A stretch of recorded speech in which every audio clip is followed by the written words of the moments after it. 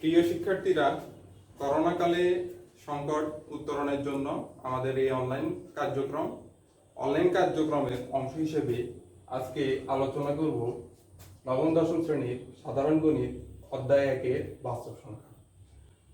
আমি আছি তোমাদের সাথে সাইফুল ইসলাম। আর যে কোনো প্রয়োজনে যোগাযোগ করতে পারো। আজকে তোমাদের অধ্যায় 1 বোর্ড পরীক্ষার অংশ হিসেবে তোমাদের এই অধ্যায়টা গুরুত্বপূর্ণ। প্রত্যেকটা অধ্যায়ে তোমাদের কিছু না কিছু টপিক জানা লাগবে, না হলে তোমরা সিকিউ এবং এমসিকিউ তে অ্যান্সার করাটা কঠিন হয়ে দাঁড়াবে। অধ্যায় 1-এর পৃষ্ঠা নম্বর 2-এ এই টপিকগুলো দেওয়া আছে। টপিকগুলো সম্পর্কে নিশ্চয়ই এতদিনে অবগত আছো, তারপরও আমি অল্প কিছু বলেই শেষ করব। স্বাভাবিক সংখ্যা কি নিশ্চয়ই জানো, 1 2 3 4 5 6 এগুলো হচ্ছে স্বাভাবিক সংখ্যা। আবার স্বাভাবিক সংখ্যার মধ্যে আছে মৌলিক সংখ্যা এবং যৌগিক সংখ্যা। মৌলিক সংখ্যা হচ্ছে এক এবং ওই সংখ্যা ব্যতীত তাদের মধ্যে কোনো কমন ফ্যাক্টর বা উৎপাদক থাকবে না। যৌগিক সংখ্যা হচ্ছে তাদের মধ্যে একাধিক ফ্যাক্টর থাকবে বা উৎপাদক থাকবে। পূর্ণ সংখ্যা হচ্ছে শূন্য সহ সকল ধনাত্মক এবং ঋণাত্মক সংখ্যাকে পূর্ণ সংখ্যা বলে। ভগ্নাংশ সংখ্যা হচ্ছে p/q আকারে প্রকাশ করা যায়, তাদেরকে ভগ্নাংশ বলে। মূলদ সংখ্যা কি p/q আকারে প্রকাশ করা যায়, তাদেরকে মূলদ সংখ্যা বলে। অমূলদ সংখ্যা হচ্ছে p/q আকারে প্রকাশ করা যায় না, তাদেরকে বলে অমূলদ সংখ্যা। আর মূলদ এবং অমূলদ সংখ্যাকে যদি আমরা দশমিকে প্রকাশ করি তাহলে সেটাকে দশমিক ভগ্নাংশ সংখ্যা বলে। বাস্তব সংখ্যা কি শূন্য সহ সকল ধনাত্মক এবং ঋণাত্মক সংখ্যাকে বাস্তব সংখ্যা বলে। ধনাত্মক সংখ্যা কি তাহলে শূন্য অপেক্ষা বড় স্বাভাবিক সংখ্যাকে ধনাত্মক সংখ্যা বলে। তাহলে নিশ্চয়ই ঋণাত্মক সংখ্যা হবে শূন্য থেকে ছোট। অঋণাত্মক সংখ্যা হচ্ছে শূন্য সহ সকল ধনাত্মক সংখ্যাকে অঋণাত্মক সংখ্যা বলে। এরপরে আমরা আলোচনা করব √2, √3, √5, √7, √10। নিশ্চয়ই এগুলো অমূলদ সংখ্যা।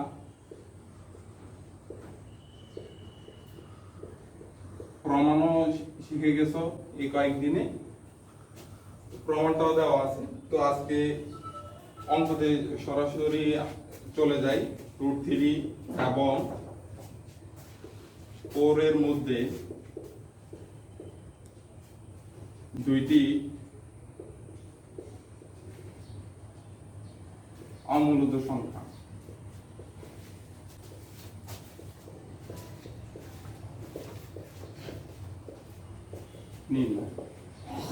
তাহলে আমরা ধরে নিই, সলিউশনে সরাসরি চলে যাচ্ছি। ধরে নিই a a এবং b বাস্তব সংখ্যা অংশ। তাহলে a আমরা ধরে নিই √3, b ধরে নিই 4। তাহলে √3 + 4 divided by 2, b √3 + 4 + 4 divided by 3। এই মানগুলা সরাসরি জানা আছে 2.866, অথবা ক্যালকুলেটরের সাহায্যে বের করে নিবা 244। √3 এর মান জানা আছে 1.7320, আর 4, এই দুটার মধ্যে আমরা অমূলদ সংখ্যা নির্ণয় করব। অমূলদ সংখ্যা দশমিকযুক্ত সংখ্যা অমূলদ সংখ্যা। তো আমরা এটার মধ্যে এই দুটার মধ্যে অমূলদ সংখ্যা বের করতেছি। তাহলে √3 + 4 ডিভাইডেড বাই 2 দিয়ে যে মানটা পাইছি সেটা √3 এবং 4 এর মাঝখানে আছে। √3 হচ্ছে 1.73205, তাহলে 4 এই দুইটার মাঝখানে 2.866 আছে। √3 এবং 4 এর মধ্যে অসংখ্য অমূলদ সংখ্যা আছে, তার মধ্যে এখানে বলছে মাত্র দুইটি অমূলদ সংখ্যা নির্ণয় করার জন্য।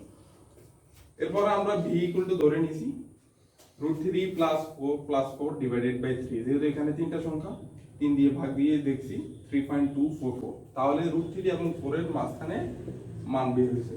√3 এর মান হচ্ছে 1.73205। তাহলে এই সংখ্যাটা এবং এই সংখ্যাটার মাঝখানে এই দুইটা সংখ্যা আমরা নির্ণয় করে ফেলছি।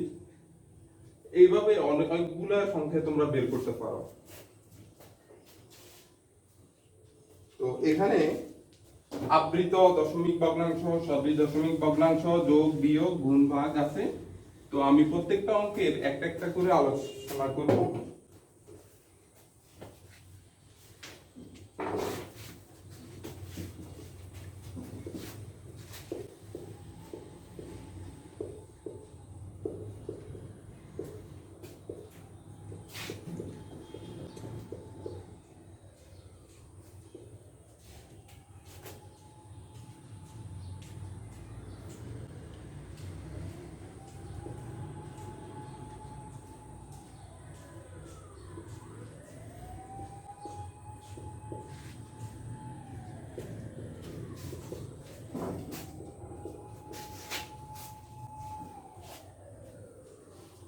তিন ছয় 18, 5 দশমিক দিয়ে আমরা শূন্য নিলাম,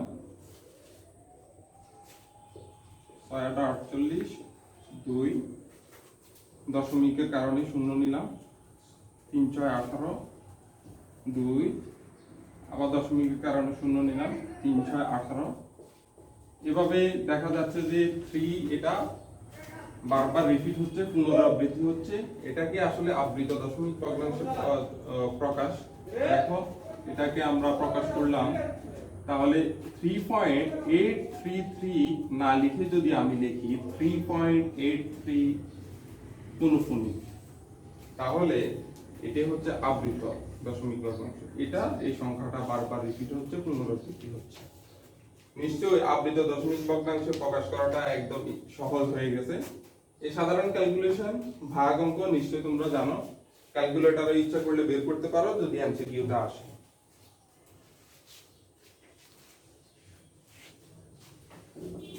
আর চাইলে তোমরা স্ক্রিনশট দিয়ে নিতে পারো।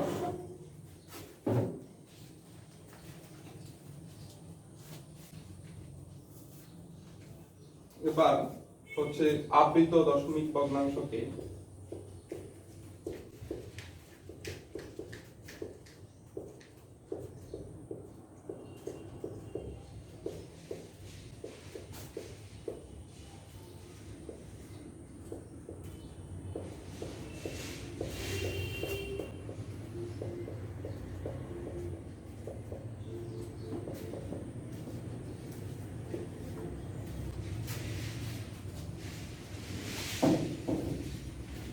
তাহলে ছোট একটা অঙ্ক দিয়ে শেষ করব।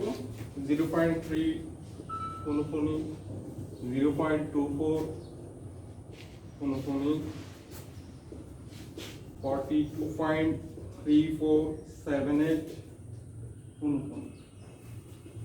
তাহলে এটা একদম সিম্পলি করা যায়, দেখো, এবং সহজে বুঝতে পারবো।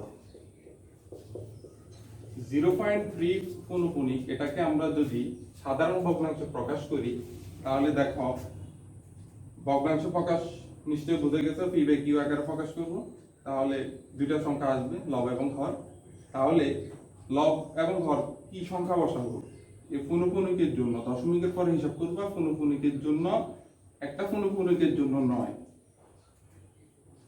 যদি এখানে কোনো সংখ্যাতে পুনঃপুনিক না থাকতো তাহলে আমরা 0 দিতাম। যদি দুইটা পুনঃপুনিক থাকতো সংখ্যার উপরে তাহলে দুইটা 9 লিখতাম। উপরে কিভাবে লিখবো? উপরে সবগুলো সংখ্যাই লিখতে পারো, লেখার পরে যে সংখ্যার উপরে পুনঃপুনিক নেই সেই সংখ্যাটা বাদ দিবা। তাহলে 0 আর লেখা প্রয়োজন হয় না, নিশ্চয়ই বুঝে গেছো। 3/9। তাহলে এটাকে যদি আমরা আরো লঘিষ্ঠকরণ করি তাহলে 1/3। এর পরেরগুলা নিশ্চয়ই বুঝে গেছো। তারপর আমি আরেকটা দেখাচ্ছি। এই সংখ্যাটা দেখো, দুইটার উপরে পুনঃপুনিক, তাহলে দুইটা 9। দশমিকের পরে দুইটার উপরে পুনঃপুনিক আছে, দুইটা 9। আর উপরে যে সংখ্যাটা আছে সবগুলো পুনঃপুনিক ছাড়াই লিখে ফেলবে। এরপরে পুনঃপুনিক সংখ্যাটার উপরে নাই সেই সংখ্যাটা বাদ দিবে। তাহলে বামে 0 লেখা লাগবে না, আর -0 মানে হচ্ছে ওই সংখ্যা থেকে কোনো সংখ্যা বাদ যাবে না, তাহলে ওটা লিখে থাকবে না। তাহলে এটাকে আরো লঘিষ্ঠকরণ করো, 3 দ্বারা ভাগ করো, তাহলে হবে 8/33। এটাই অ্যান্সার। তো নিশ্চয়ই সাধারণ ভগ্নাংশ প্রকাশ, আবৃত দশমিক ভগ্নাংশকে সাধারণ ভগ্নাংশ প্রকাশ বা পরিবর্তন নিশ্চয়ই বুঝে গেছো। এখন আমরা আলোচনা করব আর যে বাকি টপিকগুলো আছে সেগুলো।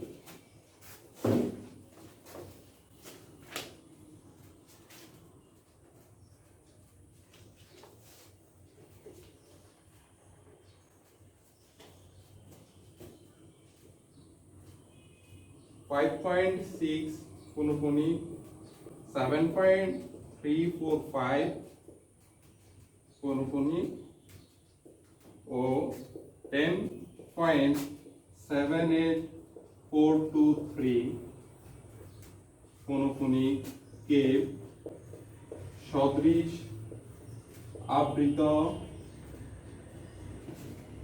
দশমিক ভগ্নাংশে প্রকাশ।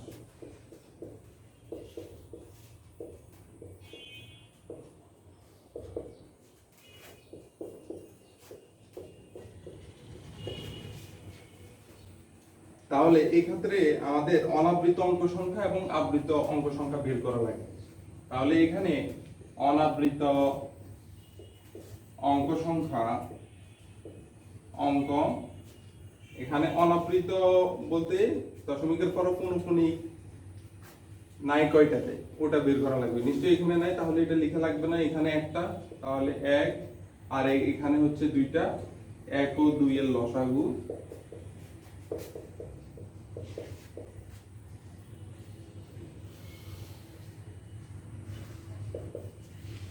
অনাবৃত অঙ্ক সংখ্যা তাহলে 2। আবৃত অঙ্ক সংখ্যা, আবৃত হচ্ছে এখানে একটা লিখে ফেলবো, এখানে দুইটা, এর পরেরটাতে তিনটা,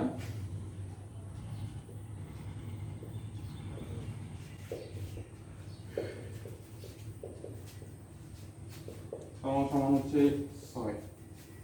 এবার আমরা লিখবো 5.6 অনুভূমিক সমান সমান 7.345 অনুভূমিক সমান 10.7842 অনুভূমিক সমান সমান। যেহেতু অনাবৃত অঙ্ক সংখ্যা দুইটা নিশ্চয় বুঝে গেছো, তবে এটা যোগফল কত? নিশ্চয়ই 6 দিয়ে যোগ করলে 8, দশমিকের পরে 8টা সংখ্যা হবে। তাহলে এখানে পৌনঃপুনিক আছে 6 এর উপরে, আমি বলতে পৌনঃপুনিক থাকলে সংখ্যাটা রিপিট হয়, তাহলে নিশ্চয়ই 6টা বারবার লিখতে হবে। 2 4 6 7 8। এরপরে 7.345 যেভাবে আছে ওইভাবেই লিখলাম, তবে কোন সংখ্যাটা আমি বাড়াবো? এখানে তো 8টা সংখ্যা লিখতে হবে দশমিকের পরে, আছে 3টা সংখ্যা। তাহলে এখানে যে দুইটা সংখ্যার উপরে পৌনঃপুনিক আছে সেই সংখ্যাটাই বারবার রিপিট হবে।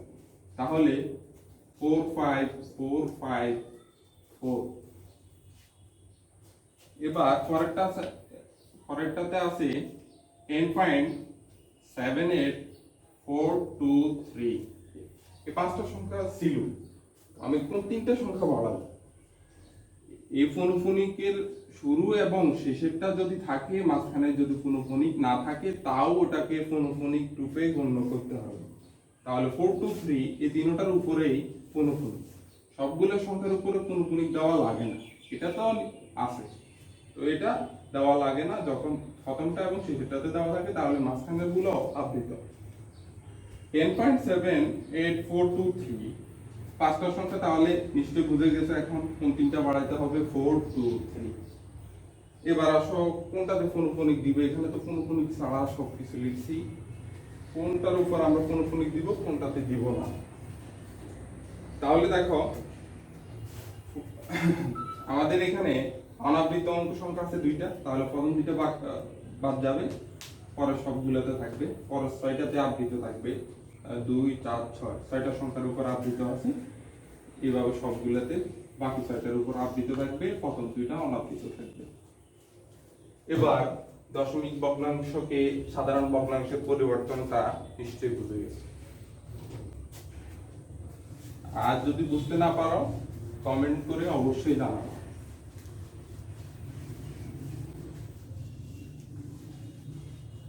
আর তোমাদের বাকি টপিক আছে যোগ বিয়োগ গুণ ভাগ। সবগুলো অঙ্কের একটা একটা করে আমি সমাধান করে দেখাবো তোমাদের বোঝার সুবিধার্থে।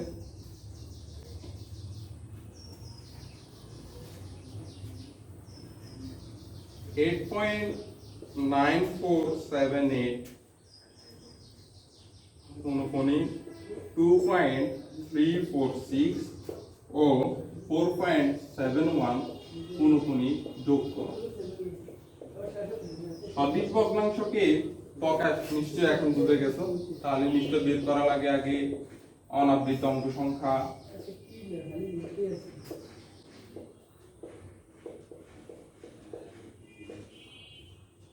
সংখ্যা 1, 3 এর লসাগু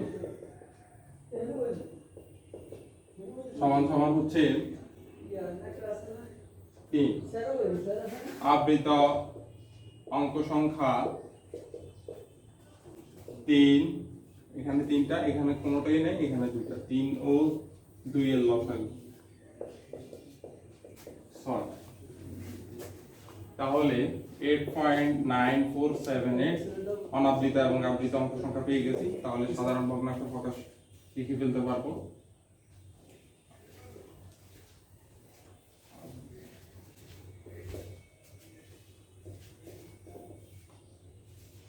এখানে যেভাবে আছে এইভাবে লিখো, তারপরে বাকিগুলো লিখো। 8.9478।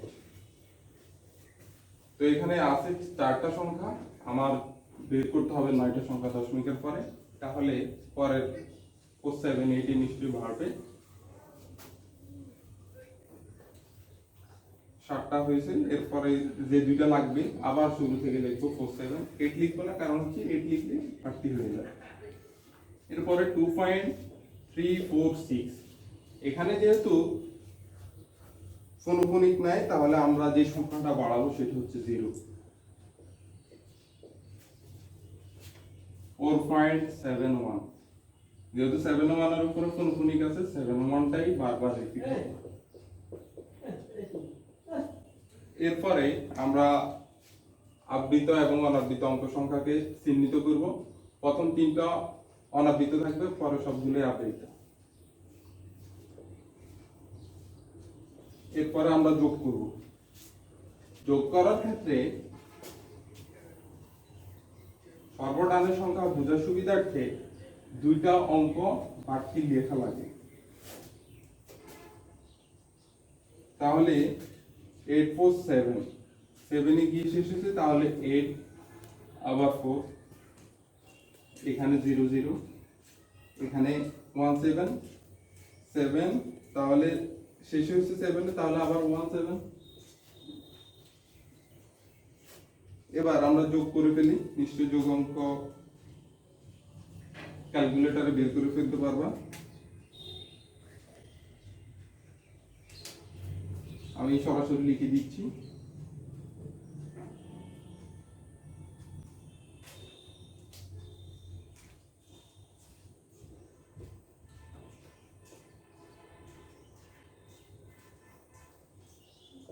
পাঠ্য অঙ্ক এই 2টা লেখা লাগবে না, বোঝার সুবিধার্থে এই 2টা লেখা হয়। তাহলে অ্যান্সার হবে শুধু এই অংশটাই হবে অ্যান্সার।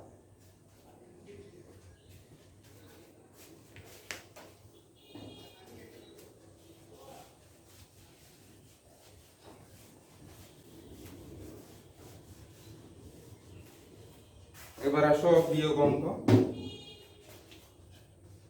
আবৃত দশমিকের বিয়োগ অঙ্ক।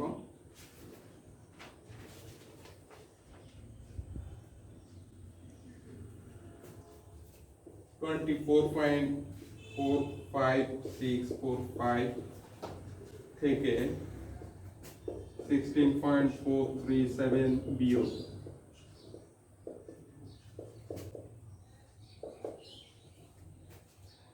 অনুকোণিক আছে 6, 5, 4, 7।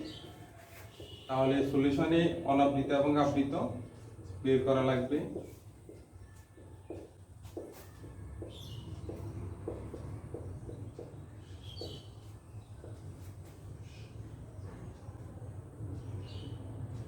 অনাবৃত অঙ্ক সংখ্যা এখানে 2, যেহেতু এখানে লসাগু বের করা লাগবে না, একাধিক সংখ্যা নাই, লসাগু বের করা লাগবে না। আর আবৃত এখানে আছে আবৃত অঙ্ক সংখ্যা 3 ও 3 এর লসাগু, 3 ও 3 এর লসাগু নিশ্চয়ই 3।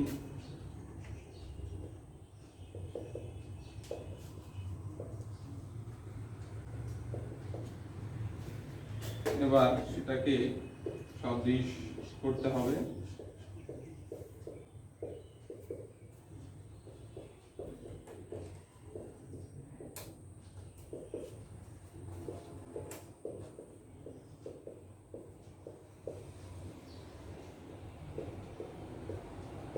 এগুলো লিখে ফেলছি। আমাদের এখন টার্গেট হচ্ছে 2 আর 3 এ যোগ করলে 5 হয়, 5টা সংখ্যা থাকতে হবে দশমিকের পরে। এখানে আছে 5টা, এখানে 3টা, তাহলে 5টা তৈরি করতে হলে এখানে 4 3 7 রিপিট করা যাবে, তাহলে 4 3 নিব, শুরু থেকেই নিতে হবে, যেহেতু 7 এ গিয়ে ফিরছে, আবার শুরু থেকে 4 3 7 4 3। দুইটা বাড়তি অঙ্ক লেখা লাগবে, 5 তাহলে 6 4, এখানে হচ্ছে 7 4, এখানে গিয়ে শেষ হলে আবার প্রথম থেকে লিখতে হয়। এবার বিয়োগ করে ফেলবা, বিয়োগ আমি সরাসরি লিখে ফেলতেছি 8.01901। বাকি দুইটা অঙ্ক পাশে লেখা লাগে, হাতে বিদ্যমান আছে কিনা সেটা জানার জন্য। এখন প্রথম দুইটা থাকবে অনাবৃত, পরের সবগুলো হচ্ছে আবৃত। নিশ্চয়ই বুঝে গেছো, এটা বোঝার সুবিধার্থে লিখলাম।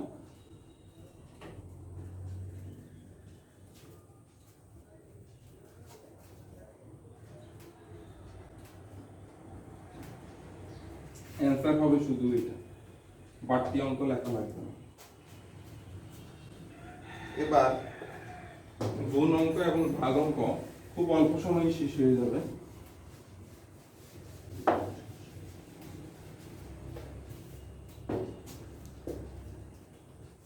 আবৃত দশমিক ভগ্নাংশের গুণ এবং ভাগ 0.28 অনুকোণিককে 42.18 অনুকোণিক দ্বারা গুণ।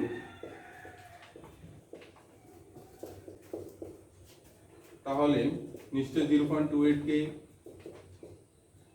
আগে দশমিক ভগ্নাংশ প্রকাশ করতে হবে, তাহলে হবে দশমিকের জন্য দশমিকের পরে হিসাব করতে হবে কয়টার উপর অনুকোণিক আছে, একটার উপরে, তাহলে একটা নাই।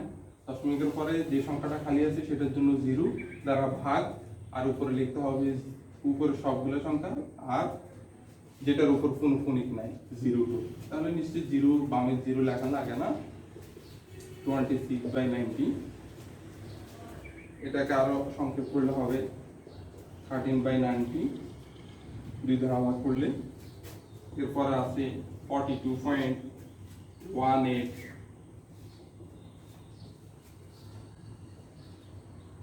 তাহলে এখানে নিশ্চয়ই 9 দ্বারা ভাগ করা লাগবে, বুঝে গেছো। দশমিকের পরে দুইটা করার উপর অনুকোণিক আছে, সবগুলো লিখে ফেলতে হয়, যেটার উপর অনুকোণিক নাই সেটা বাদ দিতে হয়। এবার বাদ দেওয়ার পরে থাকবে 4176। এবার আমরা এটাকে লিখতে পারবো 0.82 অনুকোণিক গুণ 42.18, এটার মান বসাতে পারবো। এটার মান পাইছি 13/90, এটার মান পাইছি 417699। ক্যালকুলেশন করে বের করবা।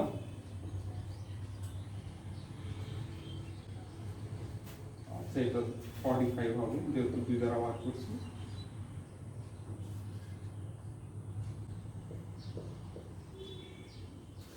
ক্যালকুলেশন করে বের করবা 6032,495। এবার 6032 কে 495 দ্বারা ভাগ করলে ক্যালকুলেটরে সহজে বের করে ফেলো। আমি এই মুহূর্তে দেখাচ্ছি না, না পারলে কমেন্টে জানাবা, আমি এটা পরবর্তীতে সমাধান করব। 85 এর উপর অনুকোণিক দেওয়ার অর্থ হচ্ছে 85 সংখ্যাটা অনেক পারি আছে, যে কারণে লেখা হয়েছে 12.8185 অনুকোণিক। এটাই হচ্ছে অ্যান্সার। আর একটা ভাগ অঙ্কের মাধ্যমে শেষ করব।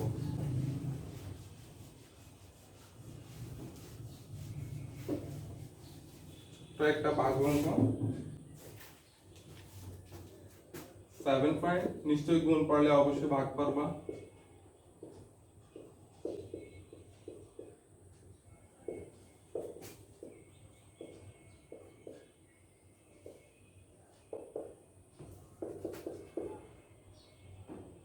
সেভেন পয়েন্ট থ্রি টু কোনখানি তাহলে 9 দ্বারা ভাগ করতে হবে। এই মুহূর্তে নিশ্চয়ই সহজে বুঝে গেছো, তাহলে আমি খুব দ্রুতই লিখে ফেলতেছি।